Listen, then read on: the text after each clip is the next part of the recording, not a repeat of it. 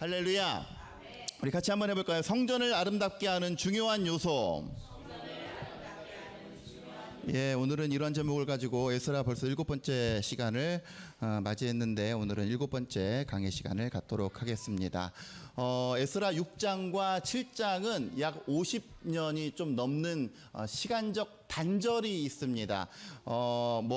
시작하자마자 공부를 좀 우리가 하는 의미에서 4장 한번 보세요. 에스라 4장 5절, 6절, 7절 한번 보세요. 에스라 4장 5절, 6절, 7절 보면 5절에 뭐라고 합니까? 페르시아 왕 고레스 첫 번째 왕이 이름이 나왔고, 그 다음에 캄비세스가 있었다 그랬죠. 그 캄비세스는 여기 안 나왔고, 세 번째 왕이 다리우스라고 하는 다리오. 그 다음에 네 번째 왕이 뭐예요? 6절에 보니까 아하수에로 크세르크세스라고 하는, 우리 영어 300에도 나오는, 이따가 다시 설명하겠습니다. 아하수에로라고 하는 왕이고, 7절이 바로 우리가 오늘 마주하는 아닥사스다입니다. 아닥사스다를 문자 그대로 표현하면 아다크 크세르크세스예요. 아다크 크세르크세스를 요상하게 한자로 표현하고 우리말로 쓰다 보니까 아닥사스다 이렇게 됐는데, 이름에서 엿볼 수 있듯이 아다크 크세르크세스는 크세르크세스의 막내 아들입니다. 그래서 지금 다리오 왕이 있었고, 아하수에로 시절은 에스라 6장 이후에 6장과 7절 사이에 단절된 이 시간 역사 속에서 이 아하수에로 왕이 있었습니다. 이 아하수에로 왕에 대해서는 알기 위해서는 우리가 에스더를 보면 돼요. 일화가 나와 있으니까. 그 다음에 나온 것이 바로 이 아닥사스다 왕입니다. 소위 이 아닥사스다 왕 때에 이스라엘 포로의 소위 2차 포로 귀환이 이루어집니다. 첫 번째 포로 귀환을 하고 나서 예루살렘 성전을 언제 지었어요? 다시 재건할 때가 515년에 다시 이 예루살렘 성전을 재건하기 시작했는데, 538년에 1차 포로 귀환이 이루어졌고, 그 후에 16년이나 성전이 공사가 중지되었다가 515년도에 재개가 되어서 마침내 4년 6개월 후에 완공이 되었습니다. 이것까지 다 알 필요는 없겠지만, 그로부터 약 50년가량이나 이스라엘 백성이 무엇을 하고 어떻게 하고 지냈는지 우리는 성경을 통해서는 알 수가 없어요. 단지 짐작만 할 뿐인데, 한번 생각을 해보세요. 이스라엘의 성전이 드디어 염원했던 성전이 완공이 되었습니다. 이제 그들은 하나님 앞에 예배하고 그럴 거 아니에요. 그런데 이때만 해도 정말로 물론 대제사장 여호수아가 이끌기는 했지만, 유대의 땅에 남아 있었던 그 신앙의 양식은 사마리아에 있었던 혼합주의적인 신앙의 양식이 여전히 있었어요. 이들은 일부러가 아니라 뭘 어떻게 해야 할지 잘 모르는 상태에서 성전이라고 하는 하드웨어는 지어졌는데, 이 성전에서 뭘 어떻게 예배해야 될지를 잘 모르는 상태로 한 대략 50년가량이 흘렀던 것 같습니다. 그래서 하나님께서 오늘 성경과 율법에 능통한 학자 겸 제사장인 에스라를 통해서 이들의 부족한 점을 채워주기 위해서 2차 포로 귀환을 하나님께서 주도하시는 사건이 바로 오늘 7장에 나와 있는 2차 포로 귀환의 사건입니다. 이것에 포커스를 두고 우리가 오늘 말씀을 보게 될 때에 성전을 채우는 여러 가지 요소들이 있어요. 장식도 있고 무언가 많은 것들로 성전을 채워 나가야 하는데, 정말로 성전을 채우는 데 있어서 가장 중요하고 성전을 성전답게 하는 가장 필요한 요소가 무엇인지 오늘 본문의 말씀을 통해서 함께 영적인 교훈을 삼고 은혜를 나누도록 하겠습니다. 7장 1절 보세요. 이 일 후에 페르시아 왕 아닥사스다, BC 465년부터 그 제위를 이어갔으니까 이때쯤이다라고 하는 것, 그래서 많은 시간적인 단절이 있었다라고 하는 것을 미리 말씀드렸어요. 자, 에스라라 하는 자가 있었는데, 그는 스라야의 아들이요 아사랴의 손자요 힐기야의 증손이요 등등등등 해서 2절 사독의 5대 손이다. 이 사독 제사장이 있어요. 사독. 그래서 우리가 후에 이 사독 계열의 제사장의 이 후예들이 이룬 이 공동체를 뭐라고 하냐면 사두개인이라고 얘기합니다. 사두개인. 사독계 계열의 제사장들의 후예들. 이들은 우리 에스라가 보여주듯이 굉장히 말씀에 정통하고 말씀 율법에 굉장히 능통한 그런 그 학파의 학풍을 가진 이런 그 계층들이었어요. 어쨌든 쭉쭉쭉 내려와서 5절 보니까 결국은 대제사장 아론의 16대 손이었다. 그래서 제사장 목회자 가문의 명망 있는 이 목회자 가문의 아들이었다라고 하는 것을 우리가 성경의 족보를 통해서 확인을 할 수가 있습니다. 6절 이 에스라가 바벨론에서 올라왔으니 그는 이스라엘의 하나님 여호와께서 주신 모세의 율법에 익숙한 학자로서 그의 하나님 여호와의 도심을 입음으로 왕에게 구하는 것은 다 받는 자였다. 6절에 보면 꽤 많은 정보를 우리가 확인을 할 수가 있습니다. 뭐라고 합니까? 이 에스라는 바벨론에서 올라왔다. 여러분 왜 바벨론에서 올라왔다 그랬을까요? 페르시아인데 지금 여전히 이들의 관점은 뭐냐면 바벨론 포로에서 풀려났기 때문에 바벨론에서 올라왔다 이렇게 얘기를 하는 거예요. 자, 그랬는데 이건 뭐 중요한 게 아니고 이 사람은 어떻다? 모세의 율법에 정통한 학자였다. 예전 성경이 저는 하여튼 예전 성경 세대 이 예전 성경으로 이 공부를 처음 시작을 했기 때문에 신앙생활을 학사가 더 익숙해요. 학사 에스라 이렇게 얘기를 하는데 어떤 성경에는 학사로 표현이 되어 있고 지금 우리 개역 개정판에는 학자 그리고 그 현대인의 성경이나 이런 데에도 율법에 정통한 학자라고 나와 있고 재미있게도 공동번역에는 선비라고 표현이 되어 있습니다. 선비 조선시대 같죠? 그래서 뭐 학자인데 사실은 학자 그러면 뭐 그냥 보편적으로 공부하는 사람 같잖아요. 그래서 이 학자가 뭔가를 설명을 하기 위해서 잘 살펴보니까 우리 그 신약 시대의 서기관이 지금 이 학사 역할을 하는 사람이 나중에 서기관이라고 불렸던 사람들이 바로 이 학사입니다.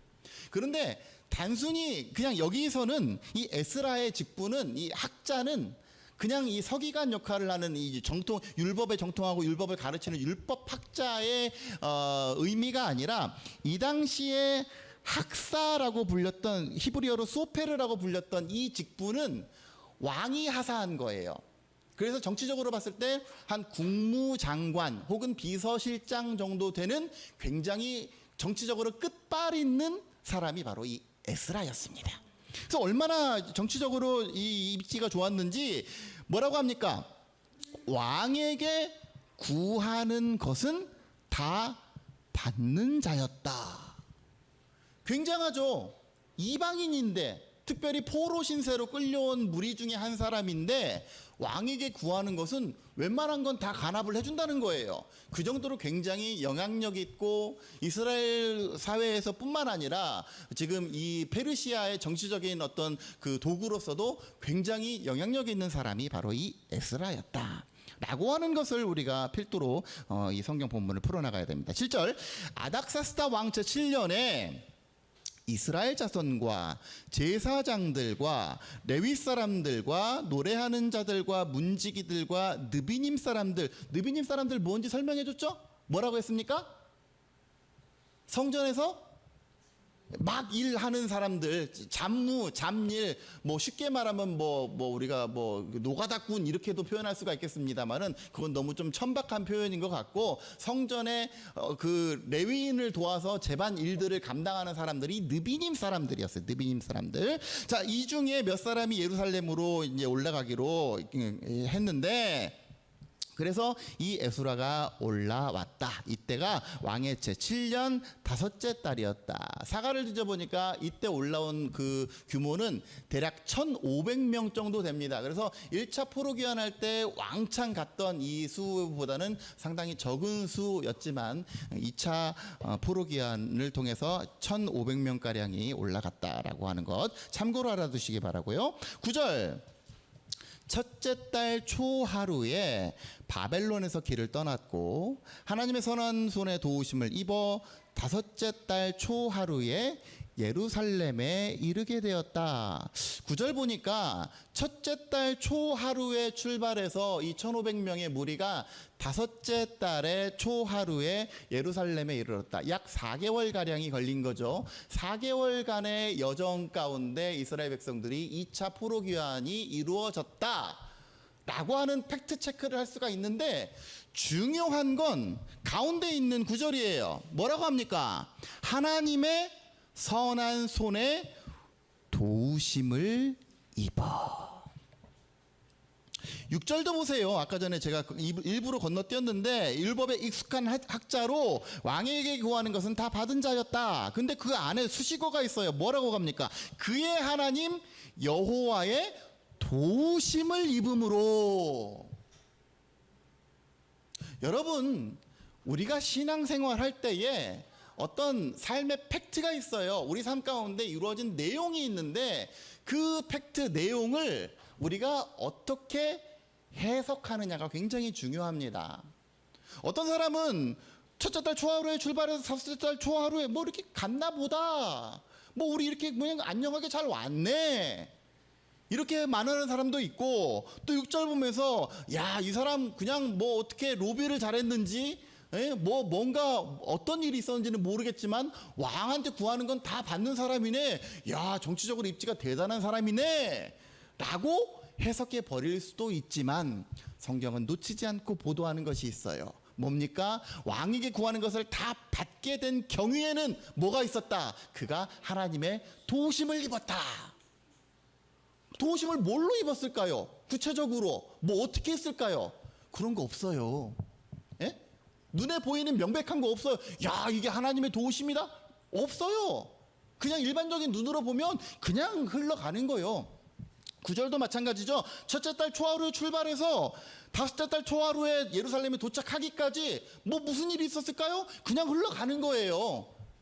그냥 흘러가는데, 믿음의 눈으로 그 삶을, 그 여정을 해석해 보니까 이것은 하나님의 선한 손이 도우셨기 때문에 아무도 해를 당하지 않고 어떤 공경을 만났을지라도 순적히 그것을 이어나갔다. 이것이 믿음의 눈입니다.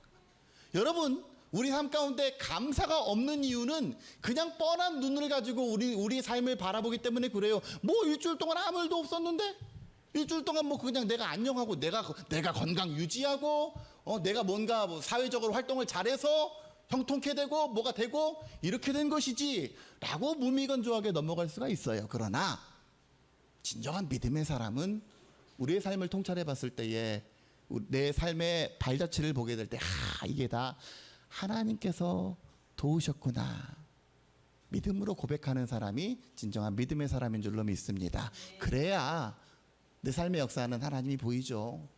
그래야 내 삶에 함께 하시는 하나님의 흔적이 우리의 삶 가운데 느껴질 수가 있게 됩니다. 바라기는 저와 여러분들의 인생의 여정 가운데 이 모든 것들이 에베네셀의 하나님께서 함께 하셨노라고 믿음으로 고백하며 주께 영광 돌려드리는 저와 여러분들 되어주시기를 주의 이름으로 간절히 축원합니다.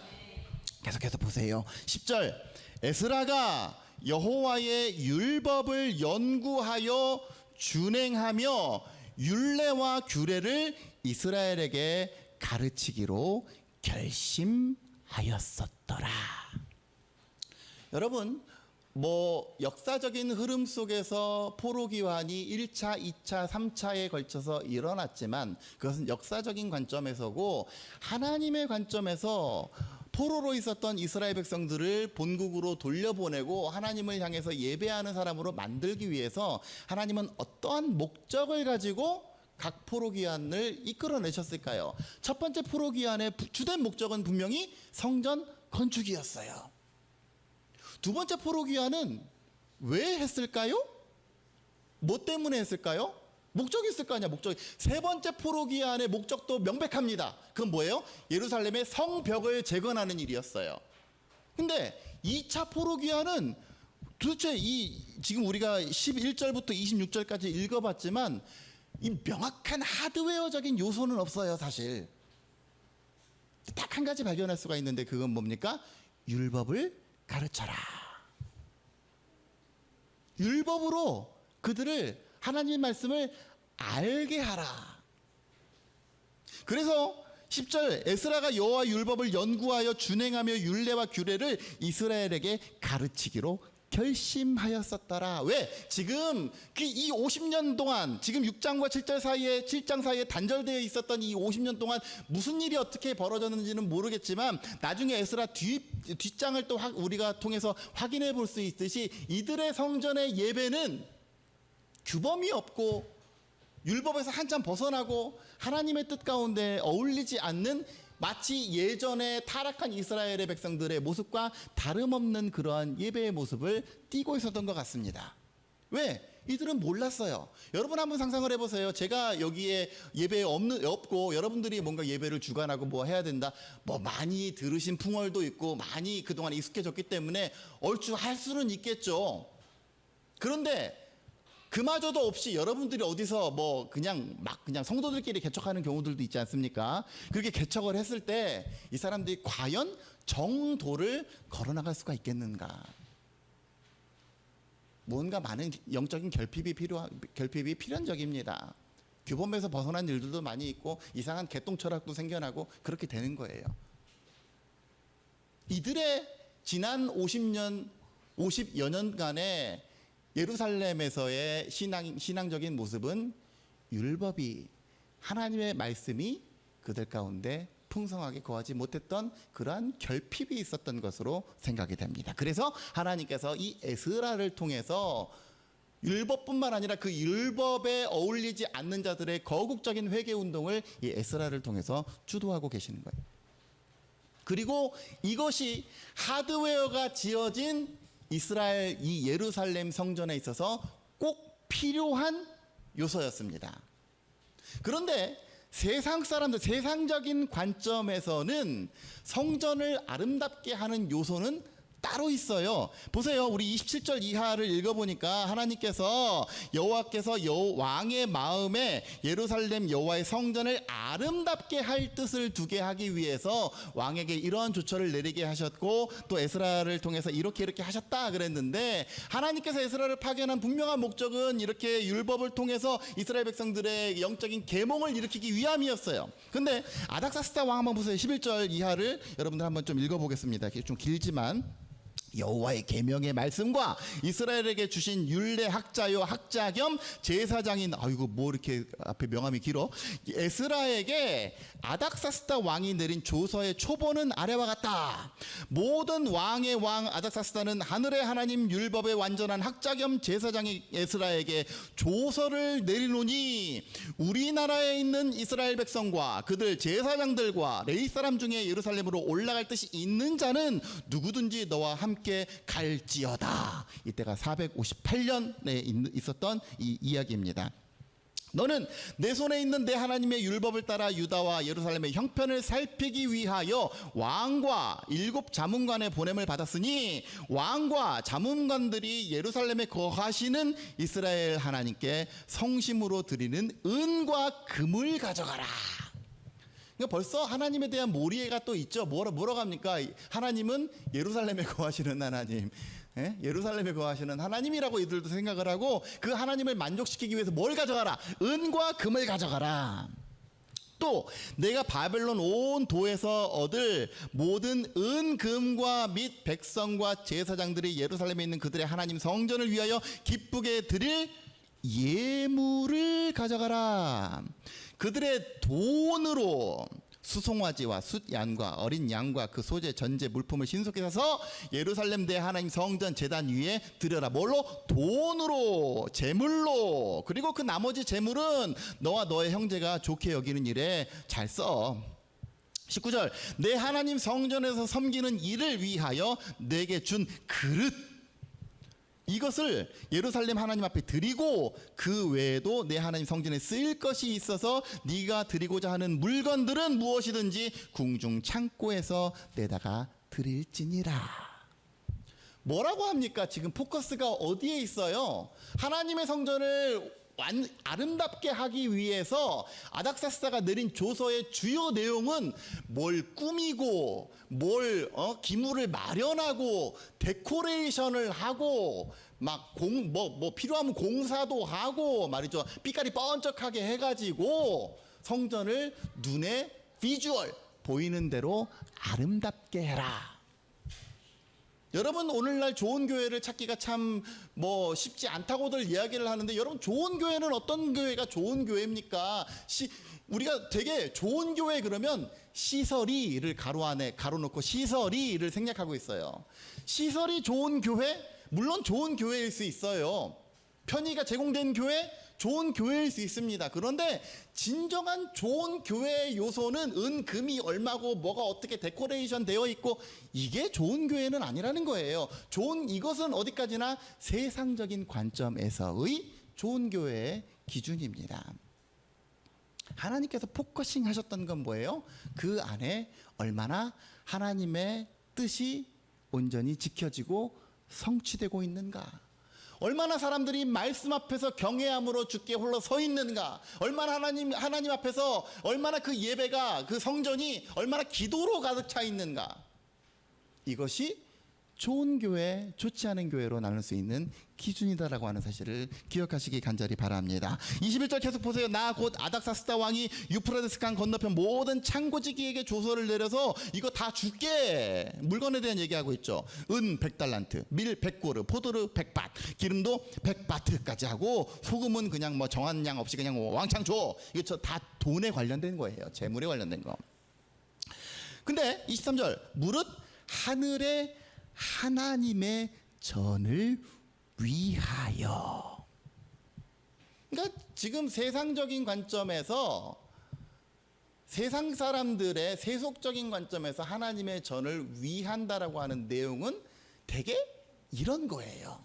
뭘 어떻게 꾸미고 뭘 어떻게 치장하고, 내용물을 은과 금, 돈으로 치장하고 하나님의 성전을 이렇게 하면 아름답게 되겠지라고 하는 이 세상적인 생각이 심지어 오늘날 예배하는 우리 그리스도인들에게도 동일하게 적용되고 있습니다. 그래서 하는 얘기가 뭐예요? 내가 하나님 앞에 헌금을 얼마나 했는데 하나님 나한테 이게 뭡니까? 내가 헌신을 얼마나, 교회 청소를 얼마나 열심히 했는데 하나님 나한테 왜 이러십니까? 라고 나의 하나님의 성전을 아름답게 했다라고 하는 요소들에 대한 어떤 반대급부를 받기를 원해요. 그건 하나님 앞에 헌신한 것일 수는 있겠지만, 그러한 것들, 그러한 눈에 보여지는 것들이 성전을 성전답게 하지는 못합니다. 성전의 사이즈가, 성전의 데코 장식 내용이, 성전의 시설이 성전을 성전답게 하지 못합니다. 우리 지난주 중에 하디 부흥회가 있었는데, 전국적으로 지금 회개운동, 부흥운동, 다시금 그 시절로 돌아가 우리가 회개해야 됩니다. 교회들마다 회개해야 됩니다. 회개의 필요성을 역설하는 이유가 뭐예요? 지금 잘못되어도 한참 잘못되고 있다. 교회가 모양은 번지르르하고 그 70년대 80년대 그 격동의 시대보다도 훨씬 더 좋은 시대에 살고 있는데 왜 교회 학교가 다 붕괴되고, 왜 다음 세대에 대한 비전이 없고, 왜 세상으로부터 여전히 돌팔매질을 당하는 그러한 처지에 있느냐 말이죠. 시설이 부족해요? 네임밸류가 떨어져요? 아니에요. 성전을 성전답게 하지 못하는 그 무언가가 여전히 성전을 가득 채우고 있기 때문에, 그래서 교회가 교회다워지지 못하는 겁니다. 우리 생명의 교회라고 다를까요? 저는 그렇지 않다고 봐요. 우리는 그런 생각하죠. 반대로 비록 작을지라도 우리 교회는 좋은 교회가 될 수 있습니다. 아니요, 그건 아무도 보장하지 못하는 거예요. 말씀으로 채우지 않으면, 내가 하나님 앞에 온전히 회개하지 못하면, 성전을 성전답게 하지 못하는 요소들이 여전히 내 안에 있으면 우리 교회도 결국은 사이즈도 작고 결국은 그저 그런 교회가 되는 거예요. 바라기는 저와 여러분들 하나님 앞에 온전함으로 신앙생활해서 성전을 성전답게 하는 아름다운 요소들로 우리 자신들을 가득 채워나감으로 말미암아 이 제단이, 이 예배가 하나님께서 받으실 만한 예배요, 하나님께서 아름답게 사용하시는 귀한 제단 되기를 주의 이름으로 간절히 축원합니다. 24절 보세요. 23절 이하 계속, 하나님의 전을 위하여 하늘의 하나님이 명령하신 것은 삼가 행하라. 어찌하여 진노가 왕과 왕자의 나라에 임하게 하랴. 그러니까 이거 하나님을 잘 달래라. 뭘로? 돈으로, 물건으로 잘 꾸미고 잘 달래서, 예? 그 예루살렘에 거하시는 하나님의 불똥이 여기까지 튀지 않게 하라. 조서에 참 그런 내용들이 있어요. 24절, 내가 너희에게 이르노니 제사장들이나 레위 사람들이나 노래하는 자들이나 문지기 즉 예배에 관련된 사람들은 성전에서 일하는 자들에게 조공과 관세와 통행세를 받는 것이 옳지 않으니라. 다 깎아줄게. 이를 위해서 힘써. 25절이 중요해요. 에스라여, 너는 내 손에 있는 내 하나님의 지혜를 따라 내 하나님의 율법을 아는 자를 법관과 재판관을 삼아 강 건너편 모든 백성을 재판하게 하고 그중 알지 못하는 자는 너희가 가르쳐라. 여러분, 여기서 우리가 한 가지 생각을 해야 됩니다. 아닥사스다 왕은 왜 2차 포로 귀환을 조서를 내리면서 많은 지원을 하면서까지 허락했는가? 또 지난날 첫 번째 왕이었던 고레스는 왜 이스라엘 백성들을 순수히 돌려 보내주었는가에 대해서 우리는 생각을 해야 됩니다. 물론 성경은 이들을 하나님의 도구 삼았다라고 했는데 이것은 어디까지나 신앙적인 관점에서 바라봤을 때에 그렇고, 다시 우리가 세속적이고 역사적인 관점에서 이 사건을 우리가 한번 바라보게 되면 과연 이 아닥사스다 왕은 왜 이들을 돌려보냈는가? 그리고 지금 25절이 가지고 있는 이 의미는 뭔가? 여러분 25절만 보세요. 뭐라고 합니까? 가서 성경 잘 가르쳐 라고 하는 것 같잖아요. 그죠? 그러면 결국은 뭐 하나님께서 말씀하신 그 내용이랑 취지랑 똑같은 거 아닌가? 라고 생각을 할 수가 있는데, 이 25절에는 굉장한 정치적인 의미가 담겨져 있습니다. 뭐냐면 지금 이 율법에 대해서 생각을 할 때 뭐라고 합니까? 이 율법을 법관과 재판관을 삼아서 그들을 잘 훈육하고 그들을 양성해서 무엇을 하라? 사람들을 잘 재판하고 다스리는 데 사용을 하라. 효과적으로 관리 감독하고자 하는 거예요. 여기에는 정치적인 상황에 대해서 잠시 논해야 됩니다. 머리가 아프시더라도 잠깐만 역사적인 관점에서 좀 들으세요. 아까 전에 뭐였습니까? 세 번째 왕이 다리우스 왕이었죠. 다리우스 왕. 이 다리우스 왕은 굉장히 페르시아의 나름의 부흥과 황금기를 이끌었던 사람이 다리우스 1세였어요. 다 잘했는데 그의 말년에 한 가지 패착을 저질렀는데, 그게 뭐냐면 그리스 아테네와 한판 붙어가지고 패한 사건입니다. 이 전투가 우리 되게 유명한 전투인데 무슨 전투인지 아세요? 마라톤 전투. 졌어요. 우월한 병력을 가지고 이 아테네를 빡 쳤는데 이상하게 아테네가 너무나 잘 버티고 이겼단 말이에요. 그래서 그 승전보를 전하기 위해서 막 달려가서 어떤 병사가 우리가 이겼어, 42.195km를 가서 이렇게 거기서 이겼어 하고 전사한 그 전투가 바로 마라톤 전투인데, 이 마라톤 전투에서 그의 말년에 패배해버렸어요. 그러고 나서 왕위를 누구한테 물려줬어요? 아하수에로, 크세르크세스한테 물려주었습니다. 그 당시 페르시아는 이 제국을 이루었고, 우리 아까 전에 바사 왕 그랬는데 우리 공동번역에는 황제라고 표현되어 있어요. 황제. 그 정도로 굉장히 막강한 제국을 이루었어요. 그랬는데 이 아테네한테 한번 빡 맞은 이후로 영향력이 좀 약해진 거예요. 그래가지고 저쪽에 동북쪽이죠. 그들의 입장에서 봤을 때 스키타이족을 한번 혼내주로 정벌하러 갔는데 이 크세르크세스가 가서 대패를 하고 옵니다. 그러니까 어떤 현상이 생겨나요? 어라? 점점 종이호랑이로 바뀌어가네? 어라? 저것들 이제 좀 해볼만 하네 그러면서 그리스의 많은 그 연합 도시 국가들이 천천히 고개를 들기 시작합니다.